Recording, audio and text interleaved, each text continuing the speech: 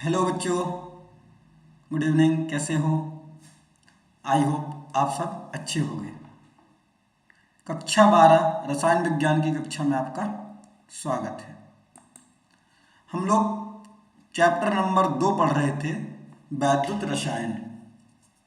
ठीक, तो वैद्युत रसायन की पिछली कक्षाओं में हमने चालकता के बारे में पढ़ा था। चालकता क्या है उसको समझा, विशिष्ट चालकता क्या है उसको समझा।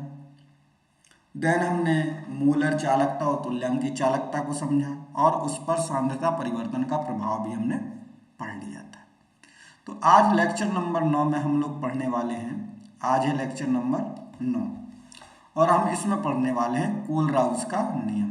क्या पढ़ने वाले हैं? कोलराउस का नियम, कोलराउस लॉ। ठीक है, ये बोर्ड और कंपटीशन दोनों के हिसाब से बहुत ही इम्पोर्टेंट होने वाला है, तो इसको आपको ध्यान से समझ लेना है। और इसके एप्लीकेशंस पे सवाल लगभग हर कंपटीशन में आते हैं। आप चाहे जेई दें या मेंस दें, इस पर क्वेश्चन आपको मिलते हैं, तो क्वेश्चंस भी आपको करने हैं। ठीक है, तो चलिए लेक्चर शुरू करते हैं। लेक्चर शुरू करने से पहले इस लेक्चर को अपने दोस्तों तक शेयर कर दीजिए ताकि और अधिक से अधिक लोग जुड़ सकें। ठीक है, आप लोग लाइक और कमेंट नहीं करते हैं वीडियो को। ठीक, तो लाइक करके और कमेंट करके बताते चलें कि क्या समस्याएं आ रही हैं, आप लोगों की तैयारी कैसी चल रही है, समझ में आ रही हैं चीज़ें या नहीं आ रही हैं। ठीक, तो ये बताते ज़रूर चलें। ठीक है, तो चलिए शुरू करते हैं आज का लेक्चर। ठीक, तो आज हमें पढ़ना है कोलराउस का नियम। क्या पढ़ना है? कोलराउस का नियम। ठीक है, अब कोलराउस क्या होता है नियम, वो हमें समझना है। ठीक है, कोलराउस बात करता है अनंत तनुता पर। किस पर बात करता है? अनंत तनुता पर। किसके बारे में बात करता है? अनंत तनुता। तो अनंत तनुता क्या होता है हमने बताया था जैसे एन किसी विलयन, ये हमने पात्र ले लिया, इसमें हमने NaCl डाल दिया। क्या डाल दिया? NaCl। तो NaCl टूट जाएगा Na पॉजिटिव और Cl नेगेटिव में।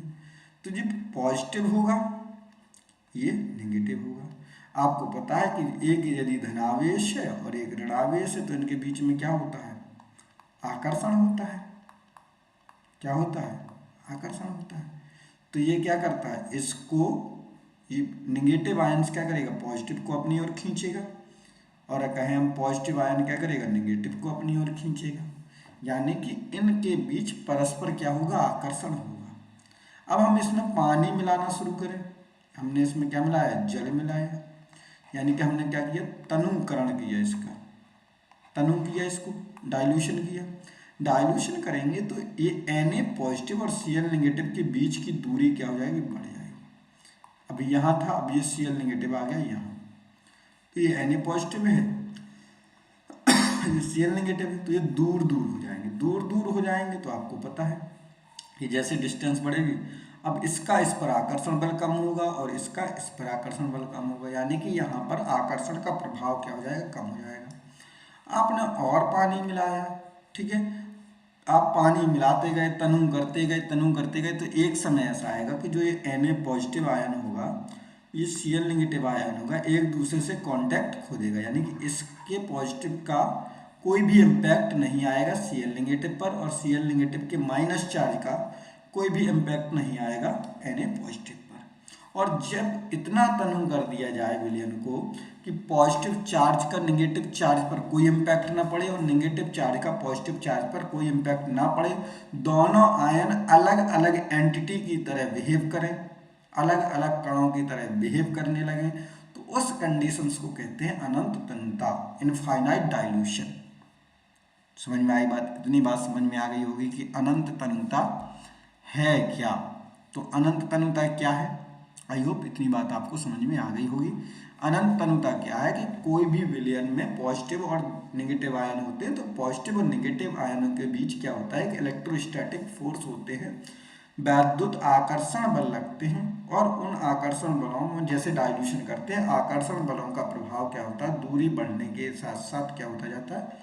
कम होता जाता है। और एक स्टेज ऐसे ही आती है डाइल्यूशन में, तनुकरण में, जब हम किसी विलयन को तनु करते हैं तो तनु करने के क्रम में एक ऐसी स्थिति आती है जब पॉजिटिव और नेगेटिव इतने दूर दूर हो जाते हैं कि पॉजिटिव आयन का नेगेटिव आयन पर कोई इफेक्ट नहीं रहता और नेगेटिव आयन का पॉजिटिव आयनों के ऊपर कोई इफेक्ट नहीं होता है। यानी कि दोनों क्या होती हैं, सिंगल एंटिटी की तरह बिहेव करने लगती हैं, एक दूसरे पर कोई भी प्रभाव नहीं डालती। उस परिस्थिति को हम लोग कहते हैं अनंत तनुता। ठीक है, समझ में आ गई बात। तो ये जो बात करता है कोलराउस का नियम, किस पे बात करता है, अनंत तनुता पर। तो क्या कहता है कोलराउस का नियम, कहता है अनंत तनुता पर जब वैद्युत अपघट्ट का पूर्ण वियोजन होता है तब प्रत्येक आयन की कुल मोलर चालकता में अपना निश्चित योगदान देता है, जो दूसरे आयन की प्रकृति पर निर्भर नहीं होता।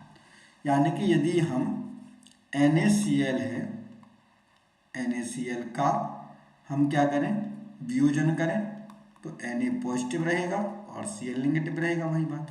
तो Na की जो कंडक्टिविटी होगी और जो Cl की जो कंडक्टिविटी होगी, जो इसकी कुल मोलर चालकता होगी और जो इसकी कुल मोलर चालकता होगी, ये दोनों अपना योगदान किसकी, NaCl की मोलर चालकता में देंगे।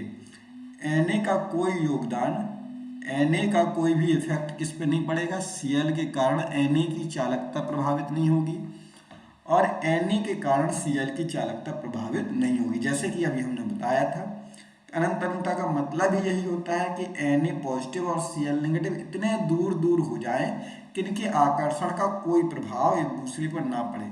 जब आकर्षण का प्रभाव नहीं पड़ेगा तो गतिशीलता का भी कोई प्रभाव नहीं पड़ेगा। भाई Na को यदि Cl आकर्षित नहीं कर रहा है तो Na पूरे सॉल्यूशन में सिंगल एंटिटी की तरह बिहेव करेगा। तो Na की जो मोबिलिटी होगी, जो गतिशीलता होगी, वो Cl नेगेटिव से अफेक्टेड नहीं होगी, Cl नेगेटिव से प्रभावित नहीं होगी। तो जो Na की चालकता होगी वो भी Cl नेगेटिव से प्रभावित नहीं होगी। उसी प्रकार से Cl नेगेटिव की बात करें तो Cl नेगेटिव भी Na से प्रभावित नहीं हो रहा होगा, तो Cl नेगेटिव की गतिशीलता Na पॉजिटिव से प्रभावित नहीं होगी, तो इसकी चालकता भी प्रभावित नहीं होगी। यानी कि वैद्युत अपघट्ट की जो चालकता में Na का पूरा अपना अलग योगदान रहा होगा, Cl का पूरा अलग योगदान रहा होगा। इनका योगदान जो रहेगा एक दूसरे की प्रकृति पर निर्भर नहीं करेगा, एक दूसरे से कोई भी अफेक्टेड नहीं होगा। या हम दूसरे शब्दों में कहें तो किसी वैद्युत अपघट्ट की मोलर चालकता क्या होगी, उसके धनायन और ऋणायनों की मोलर चालकताओं के योग के बराबर होगी। ठीक है, यानी कि यदि हमें NaCl लिया है, इसकी मोलर चालकता निकालनी है NaCl की, तो Na की चालकता निकालना और Cl की चालकता निकालना, दोनों को जोड़ दें तो क्या आ जाएगी, आपकी NaCl की मोलर चालकता आ जाएगी। क्लियर बात। ठीक है, सपोज किया हमने कि एक कोई हमने वैद्युत अपघट्ट ले लिया AX और BY, हमने क्या ले लिया, AX और BY ले लिया। जब ये टूटेगा तो A के X आयन बनेंगे और B के Y आयन बनेंगे। ठीक, इस प्रकार से ब्रेक हो जाएगा। तो जब हम, यदि हम वैद्युत अपघट्ट, इस वैद्युत अपघट्ट के लिए मोलर चालकता निकालें, ठीक है, यदि हम क्या निकालें, लैम्डा m निकालें, किसके लिए, AX और BY के लिए निकालें,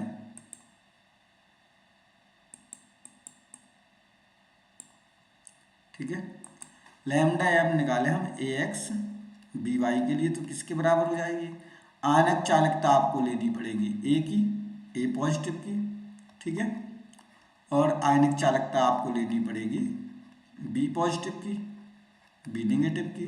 चूंकि अब इसके Y कण है तो इसमें Y का गुणा हो जाएगा और इसके X कण है तो इसमें X का गुणा हो जाएगा। और चूंकि ये सब कहाँ हो रहा, अनंत तनुता पर, तो हम यहाँ पर डॉट लगा देंगे तो ये हो जाएगी इनफाइनाइट डायल्यूशन। तो वही चीज़ यहाँ पर दी गई है कि लैम्डा m नॉट बराबर क्या हो जाएगा, लैम्डा नॉट m बराबर हो जाएगा X लैम्डा नॉट पॉजिटिव का और प्लस में Y लैम्डा नॉट नेगेटिव का।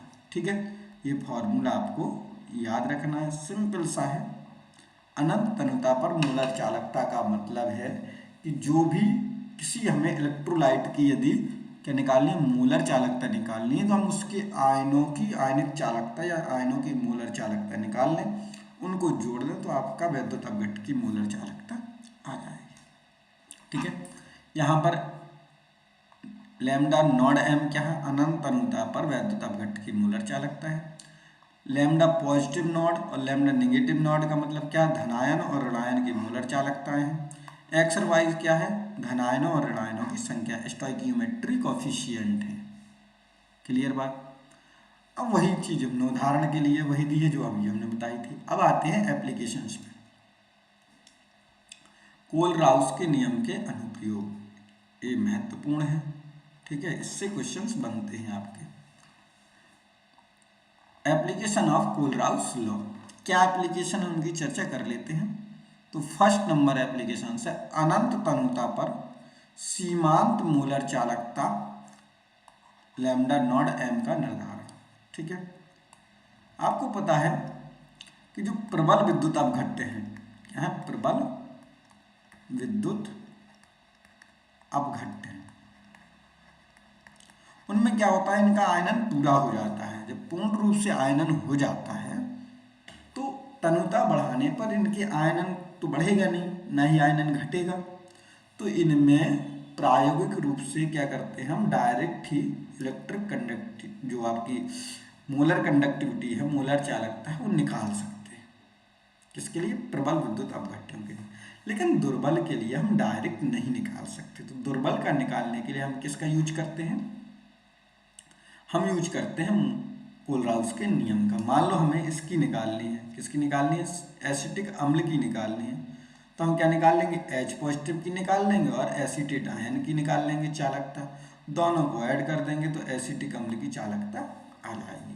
तो यदि आपको अनंत तनुता पर किसी दुर्बल विद्युत अपघट्य की मोलर चालकता निकालनी है तो कैसे निकालेंगे, डायरेक्ट तो नहीं निकाल सकते। ठीक है, तो हम क्या करेंगे, प्रबल विद्युत अपघट्यों का यूज कर लेंगे और उससे एक समीकरण बना के इस प्रकार से हम निकाल लेंगे। अभी हम सवाल इसको लगा लेंगे। ठीक है, सवाल लगा लेते हैं फिर समझ में आ जाएगा। चलो पहले एक सवाल ही लगा लेते हैं इसका। ये एक प्रॉब्लम है। ठीक है, NaCl HCl CH3 COO Na के लिए लैम्डा नॉड m की वैल्यू दी गई है। ठीक है, क्रम से दी गई है। NaCl के लिए कितनी दी गई है, NaCl के लिए दी गई है 126.4, HCl के लिए कितनी दी गई है, ये दी है 425.9। ठीक है, और CH3 COO Na के लिए कितनी दी गई हैं, ये देंगे 91.0। ठीक है, ये आपकी दी गई है मोलर चालकताओं की वैल्यू। आपको निकालना है एसिटिक अम्ल के लिए। तो आपको पता है कि हम यदि NaCl ठीक है, यहाँ को यदि हम NaCl की क्रिया किससे कराएं, एसिटिक अम्ल से कराएं, COOS से कराएं, तो क्या हो जाएगा, ये बन जाएगा आपका CH3 COONA प्लस में HCl। इस प्रकार से रिएक्शन होगी। यानी कि यदि हमें CH3 के लिए निकालना है तो मोलर चालकता किसकी, हमें NaCl की चालकता निकाल लें। हम किसकी निकाल लें, NaCl की। और प्लस में चालकता हम किसकी निकाल लें, CH3 COOH की चालकता निकाल लें। तो मिला के ये किसके बराबर हो जाएगी, हम CH3 COONA की चालकता निकाल लें और प्लस में HCl की चालकता निकाल लें। तो ये क्वेश्चन बन जाएगा। इस प्रकार से हमने ये समीकरण बनाया है कि NaCl CH3 COOS से रिएक्ट करेगा तो इस प्रकार से बन जाएगा। तो हमने देखा कि यदि इस साइड वालों की चालकता निकाल लें तो इस साइड वालों की भी चालकता निकल आएगी, क्योंकि सब सिंगल एंटिटी बन जाएंगे अनंत तनुता पर। यही तो हमने पढ़ा अभी। तो हमें इसकी निकालनी है तो हम इसको कहाँ भेज देंगे, इस साइड भेज दिया हमने।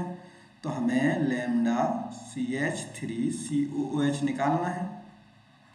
तो क्या करेंगे, इसको और इसको जोड़ देंगे और इस वाले को घटा देंगे।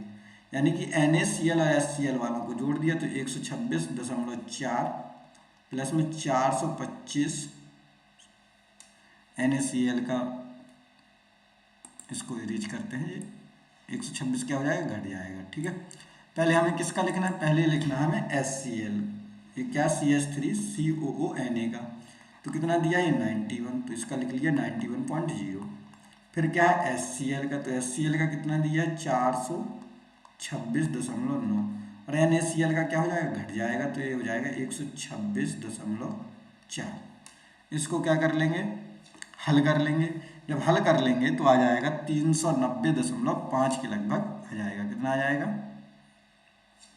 इसको जोड़ लेना पहले, जब जोड़ोगे इसका तो कितना आ जाएगा 9 6, ठीक है, 1 5, 516 माइनस में 126.4, फिर घटा देंगे तो ये आ जाएगा 5, 6 में से 6 गई 0, 1 में से 2 ये 9 और ये 390.5 आ जाएगा। ठीक है, और मोलर चालकता क्या, सीमेन सेंटीमीटर स्क्वायर प्रति मोल, ये आपका आ जाएगा। क्लियर, समझ में आया। कैसे पहला एप्लीकेशन करेंगे, पहले एप्लीकेशन में आप क्या करेंगे, प्रबल विद्युत अपघट्यों की मोलर चालकता अनंत अनंतता पर यूज करेंगे और दुर्बल विद्युत अपघट्य की मोलर चालकता निकालेंगे। क्लियर बात, समझ में आ गई इतनी बात, बताइए। तो वापस चलते हैं हम लोग कोलराउस के अनुप्रयोग पर। तो पहला अनुप्रयोग था ये कि अनंत अनुता पर यदि हमें दुर्बल विद्युत अपघट्य की मोलर चालकता निकालनी है तो डायरेक्ट नहीं निकाल सकते। कैसे निकालते हैं, प्रबल विद्युत अपघट्यों के मानों का उपयोग करके निकाल लेते हैं। ठीक है, उदाहरण से हमने सीख भी लिया। अब दूसरा जो है, दूसरा क्या है, दूसरा है आपका वियोजन की मात्रा अल्फा की गणना करना। ठीक है, तो अल्फा बराबर क्या होता है, लैम्डा m बटे में लैम्डा नॉट m, यानी कि किसी मोलर चालकता पर हम निकालने, किसी भी मोलरता पर हमने निकाल लिया, किसी भी सांद्रता पर हमने निकाल ली चालकता, बटे पे अनंत तनुता पर चालकता निकाल ली। दोनों का भाग क्या कर देंगे, दोनों का भाग कर देंगे, अनुपात निकाल लेंगे तो क्या आ जाएगा आपका अल्फा आ जाएगा, वियोजन की मात्रा आ जाएगी। समझ में आई इतनी बात, बताओ भाई कोई दिक्कत। हमें वियोजन की मात्रा निकालनी है तो किसी भी दी गई सांद्रता पर उसकी मोलर चालकता निकालेंगे और भाग किससे दे देंगे, अनंत तनुता पर मोलर चालकता का भाग दे देंगे। ठीक है, और जब एक बार वियोजन स्थिरांक भी निकाल सकते हैं। जब एक बार आपको अल्फा ज्ञात हो गया तो क्या कर देंगे, के बराबर सी अल्फा स्क्वायर अपॉन में 1 माइनस अल्फा, ये जो भी इक्वेशन बनेगा वो आप कर लेंगे। ठीक है, तो ये आपका ये यहाँ से हो जाएगा। क्लियर बात, समझ में आई। तो अल्फा या के अल्फा कैसे निकालेंगे या के कैसे निकालेंगे वो आप सीख गए। आपको क्या करना है, पहले तो दी गई सांद्रता पर उसकी मोलरता निकालनी है, उसकी चालकता निकालनी है। दी गई मोलरता पर या दी गई सांद्रता पर क्या निकालना है, विद्युत अपघट्य की चालकता निकालनी है, और उसमें अनंत तनुता पर जो चालकता है उसका भाग कर देना। जब भाग कर देंगे तो आपका आ जाएगा अल्फा। क्या जाएगा, अल्फा। जैसे हम एक सवाल लगाते हैं, प्रैक्टिस करते चलेंगे साथ साथ में। एक हम सवाल लगाते हैं, जैसे ये एक सवाल दिया गया है, इसको सवाल कर लेते हैं तो बातें आ जाएंगी क्लियर। कह रहा 0.1 मोलर मैथेनोइक अम्ल है, इसकी चालकता इतनी दी गई है सीमेन पर सेंटीमीटर, इसके लिए लैम्डा नॉट का मान इतना है, तो के ए क्या निकालना है। तो पहले तो देखो ये क्या दिया गया, सीमेन पर सेंटीमीटर है, सीमेन पर सेंटीमीटर स्क्वायर नहीं है, तो याद रखेंगे सेंटीमीटर स्क्वायर होता है मोलर चालकता में, और ये क्या है, ये है आपका सीमेन पर सेंटीमीटर, यानी कि ये क्या दिया, कापा दिया है। तो कापा कितना हो गया 5.25 गुणा 10 पे घात -3। ठीक है, तो कापा से हम क्या निकाल लेंगे, लैम्डा नॉट निकाल लेंगे। तो क्या होता है फॉर्मूला, कापा इंटू में 1000 अपॉन में सी। एक तो फॉर्मूला हमने पढ़ा था कि यदि हमें मोलर चालकता या तुल्यांकी चालकता निकालनी है तो कापा में 1000 का गुणा कराएंगे, बटे में मोलरता या नॉर्मलता का भाग दे देंगे।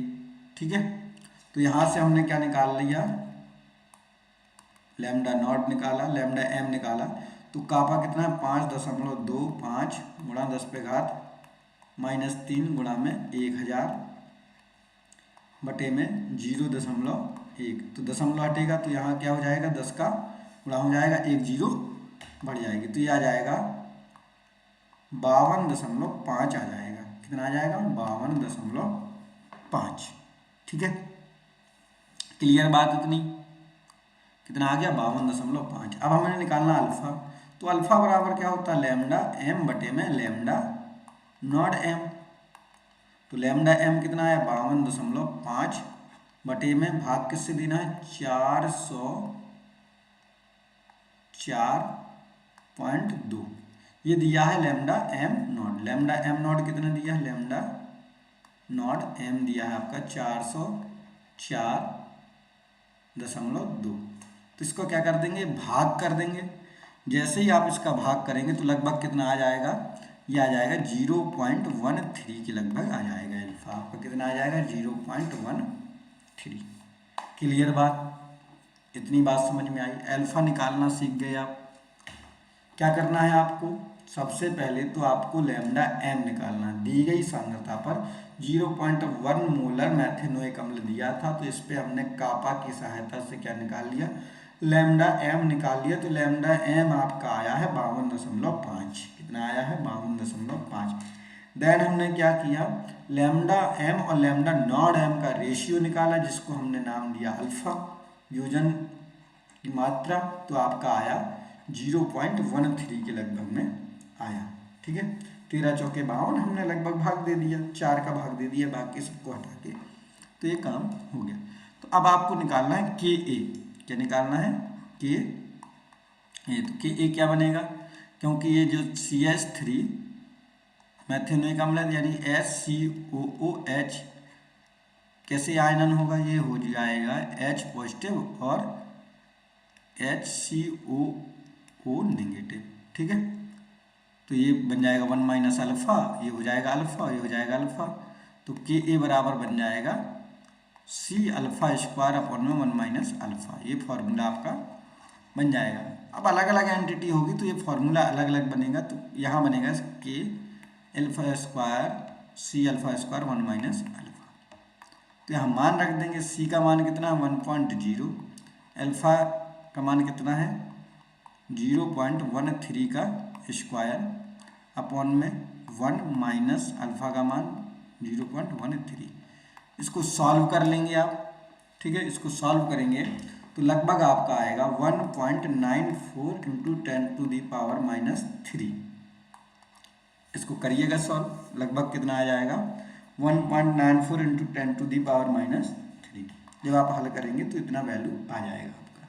ठीक है, और मोल प्रति लीटर आ जाएगा, मोल पर लीटर। क्लियर बात? तो इस प्रकार से आप कोलराउस के नियम की सहायता से आप क्या निकाल सकते हैं? आप अल्फा और के ए का मान भी निकाल सकते हैं। ठीक है, आप वियोजन की मात्रा निकाल सकते हैं और वियोजन स्थिरांक का मान भी निकाल सकते हैं। देन आगे बढ़ते हैं, अगले अनुप्रयोग की ओर चलते हैं। 3 हमने सीख लिए थे, चौथा हमें निकालना है। ठीक है, तो चौथा भी हम कर लेते हैं। कुछ ऐसे लवण होते हैं जो बहुत कम घुलते हैं। ठीक है, क्या होते हैं? बहुत कम घुलते हैं, जैसे AgCl, BaSO4, इनको कहते हैं अवक्षेप, अघुलनशील होते हैं। ठीक है, इनका यदि हमें क्या निकालना है? चालकता निकालनी है इनकी। तो विशिष्ट चालकता गुणा 1000 बटे में S, और S क्या है? विलेयता है। इनकी क्या है? विलेयता। ठीक है, S क्या है? विलेयता। सिंपल सा है, ज़्यादा डिटेल में नहीं जाना। मेन जो फंडा है आपका, सबसे ज़्यादा जो क्वेश्चन आपका बनता है वो इसी पहले वाले पे बनता है। ठीक है, किस पे बनता है? पहले वाले पे। लेकिन यदि आपको क्या करना हो, आपको क्या निकालनी हो, किसी की विलेयता दी गई हो और उसकी चालकता निकालनी है, तो अब विशिष्ट चालकता गुणा 1000 अपॉन में विलेयता, और यहाँ पे आपका आ जाएगी अनंत अनुता पर उसकी चालकता। ठीक है, तो चलिए और सवाल देख लेते हैं, और क्वेश्चंस क्या हैं। ये क्वेश्चंस तो हमने कर लिए हैं। हाँ, ये एक और क्वेश्चन है, इसको देख लेते हैं। ठीक है, अनंत अनुता पर MgCl2 के लिए हमें चालकता निकालना है। तो पहले तो MgCl2 हमने आयनन किया, तो ये बन गया Mg डबल पॉजिटिव प्लस में 2Cl निगेटिव। तो यदि हमने निकालनी है, हमें लैम्डा निकालना है MgCl2 के लिए, तो क्या बन जाएगा? लैम्डा किसके लिए निकालना पड़ेगा आपको? Mg डबल पॉजिटिव के निकालना पड़ेगा, प्लस में 2 लैम्डा किसके लिए निकालना पड़ेगा? Cl नेगेटिव के लिए। ये इक्वेशन बन जाएगा। और एम जी डबल पॉजिटिव के लिए लैम्डा का मान कितना दिया, ये दिया है, और सी एल के लिए कितना दिया, ये दिया है। वैल्यू रख दो, बिल्कुल एकदम सिंपल सिंपल सा सवाल है। 106.0 प्लस में 2 गुणा 76.3 हल कर लिया। 106 तो ये हो गया, प्लस में कितना हो गया 76 दूनी 152.6 हो गया, तो कितना हो जाएगा 258.6 आ जाएगा सीमेन सेंटीमीटर स्क्वायर प्रति मोल। ये इसका आंसर आ जाएगा। क्लियर बात, बताइए, इसमें कोई दिक्कत नहीं होनी चाहिए। बहुत ही सिंपल सवाल है, बहुत ही इजी क्वेश्चन है, ठीक है। न्यूमेरिकल प्रैक्टिस आपकी पर्याप्त होती रहेगी, लेकिन आप जो आपकी सीरीज है न्यूमेरिकल की वो अलग से ही शुरू होगी, ठीक है। मैं जो भी टॉपिक पढ़ा रहा हूँ, यदि मैं कोलराउस का नियम पढ़ रहा हूँ उससे और न्यूमेरिकल आने के चांसेस हैं, आंकिक प्रश्न यदि उससे आने के चांसेस हैं, सवाल आने के चांसेस हैं, तो उसके सवाल जरूर लगवाता हूँ मैं। जैसे नष्ट समीकरण पढ़ाया तो उसके सवाल लगवाए। पहले चैप्टर में जब मैंने मोलरता, मोललता, सांद्रता वगैरह के टर्म्स पढ़ाए थे तो उसके सवाल लगवाए थे। अणुसंग गुणधर्म पढ़ाए थे तो उसके सवाल लगवाए थे। लेकिन जो एनसीईआरटी की जो एग्जाम्पलर सीरीज है वो हम जब पूरा सिलेबस कंप्लीट कर लेंगे उसके बाद हम स्पेशली न्यूमेरिकल की सीरीज भी शुरू करेंगे, ठीक है। तो चलिए अगले सवाल की ओर बढ़ते हैं, ठीक। तो अगला सवाल दिया है कि 298 पर AgCl की विशिष्ट चालकता कितनी है। 1.382 × 10⁻⁻6 सीमेन पर सेंटीमीटर है। Ag और Cl नेगेटिव की सीमांत आयनिक चालकताएं इतनी इतनी है, तो AgCl की विलेयता ज्ञात कीजिए। तो आपको अभी आपने पढ़ा था कि अनंत चालकता बराबर क्या होता है, कापा इंटू में 100 बटे में विलेयता, यही है। तो अब ये हमको लैम्डा एम निकालना है। लैम्डा एम कैसे निकलेगा, AgCl किस में टूटता है, Ag positive plus Cl negative. AgCl किस में टूटता है, तो दिया है यदि हमें AgCl की चालकता निकालनी है, किसकी निकालनी है, तो हमें क्या करना पड़ेगा, हमें Ag की चालकता निकालनी पड़ेगी, Ag पॉजिटिव की, और उसमें क्या जोड़ना पड़ेगा, Cl नेगेटिव की चालकता जोड़नी पड़ेगी, ठीक है। क्या जोड़ना पड़ेगा, तो अब आपको पता है, क्या पता है आपको भाई, यहाँ से हम कर रहे हैं इसको। यदि आपको लैम्डा एम निकालना है, किसके लिए निकालना है, लैम्डा एम नॉट AgCl के लिए निकालना है, तो आपको Ag की चालकता लिखनी पड़ेगी। और Ag की चालकता कितनी दी है, ये आपकी दी है 61.9, और Cl की चालकता कितनी दी है 76.3। तो Ag की कितनी हो गई 61.9 और Cl की कितनी हो गई 76.3। जोड़ दिया तो ये हो गया 2, 9 और 3 12, 2 आ गया, 8 आ गया और 13 आ गया, तो 138.2 आ गया, ठीक है। अब क्या करना है, अब हमें निकालना है विलेयता। तो हमें पता है कि लैम्डा, अभी हमने क्या पढ़ा कि लैम्डा एम नॉट बराबर क्या होता है, विशिष्ट चालकता गुणा में 1000 बटे में विलेयता। तो यदि हम विलेयता निकालें, एस निकालें, तो एस बराबर क्या हो जाएगा, कापा गुणा में 1000 बटे में लैम्डा एम नॉट। तो यदि हम वैल्यू रखेंगे तो कापा की वैल्यू कितनी है 1.382 गुणा 10⁻⁻6, कितनी है 1.382 गुणा 10⁻⁻6, गुणा में करा लिया हमने 1000, ठीक है, कितना करा दिया 1000, और ये आपका कितना आया, ये आया 138.2, ठीक, इतना आ गया। तो जब आप करेंगे इसको सॉल्व करेंगे, ठीक है, तो ये तो कट तो पूरा पूरा जाएगा, इसको दशमलव हटाया तो कितनी जीरो आ गई, 3 जीरो नीचे आ गई, कितनी जीरो आई है 3 जीरो, 1000 आ गया नीचे, ठीक है। और इसका दशमलव हटाया तो ये 10 चला गया कहाँ ऊपर, 1000 से 1000 कट गया, ये पूरा कैंसिल हो गया, तो कितना आ गया, ये आ गया 1 गुणा 10⁻⁵, कितना आ गया 1 गुणा 10⁻⁵ आ गया, ठीक है। मोल प्रति लीटर। क्लियर बात। तो आपको क्या करना है, इसके सवाल भी आपको समझ में आ गए होंगे। ठीक है, इस सवाल में हमने क्या किया, पहले तो हमने अनंत तनुता पर AgCl के लिए चालकता निकाल ली। कैसे निकाला, Ag पॉजिटिव और Cl नेगेटिव की चालकता जोड़ दी तो चालकता आ गई। उसके बाद हमें विलेयता निकालनी थी, तो हमें पता है कि लैम्डा जो m नॉट होता है, जो अनंत तनुता पर चालकता होती है, क्या होती है, विशिष्ट चालकता गुणा 1000 बटे में विलेयता। तो यहाँ से हमने विलेयता भी निकाल ली। आई होप इतनी बात आपको समझ में आ गई होगी। ठीक है, तो आज के लिए इतना पर्याप्त है। ठीक है, तो चालकता से संबंधित जितनी भी बातें थी वो हमने सीख ली। ठीक, चालकता से संबंधित जितनी भी बातें थी वो पूरी बातें हमने लगभग सीख ली। चाहे वो आपकी चालकता हो, चाहे विशिष्ट चालकता हो, चाहे मोलर चालकता हो, चाहे तुल्यांक की चालकता हो, या फिर सांद्रता के प्रभाव हो, कोलराउस का नियम हो और उस पर रिलेटेड सवाल हो, ये सब हमने पढ़ लिया। तो चालकता वाला टॉपिक हो गया आपका खत्म। तो नेक्स्ट क्लास में हम पढ़ेंगे वैद्युत अपघटन कैसे होता है और फैराडे के नियम। ठीक है, और उसके बाद अगले चैप्टर में हम लोग बैटरियां पढ़ेंगे और ये चैप्टर समाप्त हो जाएगा। ठीक है, यानी कि अभी इस लेक्चर के बाद इस चैप्टर के कितने लेक्चर बाकी हैं, 2 लेक्चर और बाकी हैं। उसके बाद ये चैप्टर हो जाएगा समाप्त। उसके बाद हम लोग शुरू करेंगे नया चैप्टर, रासायनिक बलगतिकी, केमिकल काइनेटिक्स। ठीक है, आज के लिए इतना पर्याप्त है। मिलते हैं अगली क्लास में, तब तक के लिए नमस्कार।